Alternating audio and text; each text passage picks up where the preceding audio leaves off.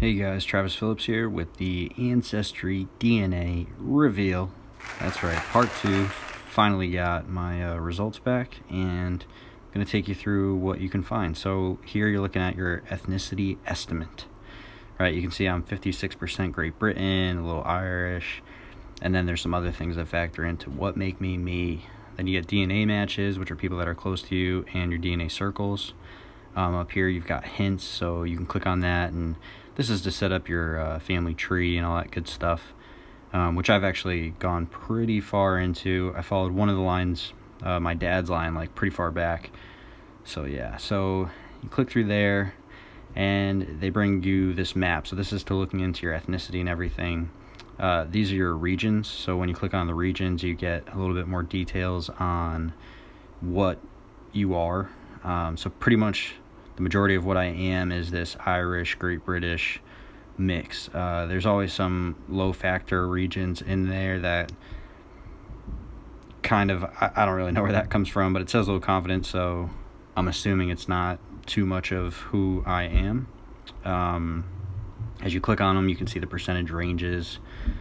And then here, if you click on that see details, they bring you through, they show you kind of the regions of where it could be, the primary locations, Irish, Scottish, you're seeing a lot of that, the Wales, the Welsh. On my family tree, I traced a lot of people back to Wales.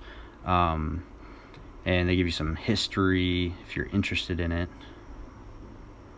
And then from there, I mean, they actually had a little bit up in North Africa, but I guess, are we all from Africa or something like that? I don't know. So yeah, so the majority of it is Great Britain and Ireland, which in essence is Welsh and Irish and Scottish and all that kind of stuff. And then you can look at your genetic communities. This will kind of show you where people came from, where they settled. They have this little timeline down here. It's kind of cool, so you can follow like where this genetic community, went, where they migrated. You can start to see some of the people in your tree pop up, and you start connecting all the dots here. So as you go through, you just find how they dispersed. This is actually kind of cool, because you're able to kind of follow how different parts of your family got to different places, where in America, or where they came from. So this is kind of my main one. This is also the line that I followed the most, so maybe that's why there's so much information on it. But yeah, you can see they came from the UK, that kind of area, Great Britain, Ireland. And then, as I start going through the timeline, people start popping up. This is like one of my great grandfathers. Same thing here. Like I said, I follow my father's line, so the majority of the people that are popping up from here are from my dad. And yeah, so as you go through the timeline, people start popping up. It's kind of interesting, and you get to see how they migrated, which I thought was kind of cool.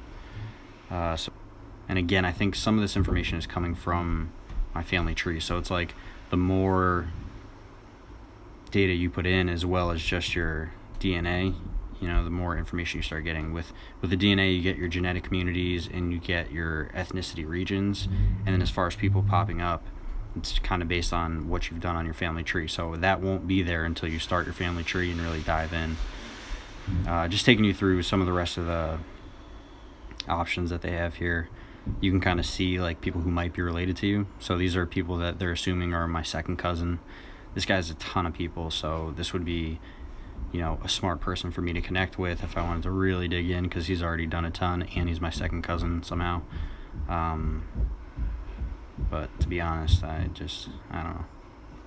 I think I've gone far enough with it. So here are your DNA circles, and once you really dive into your family tree, you're going to start to see some DNA circles, and this is just more ways for you to connect with people that are related to you somehow, and make the connection. That's as far as you can get before you got to pay. I did the free trial to do my family tree, so that might be something that you want to do the free trial, get ready to dig in, and once you do that, you're good. And if you're really into it, you pay, and you can search out every line, and connect with all kinds of people.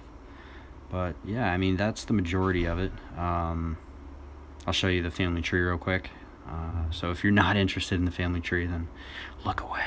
But yeah, here it is. So I followed my father's line back pretty far. I'm gonna go ahead and speed this up.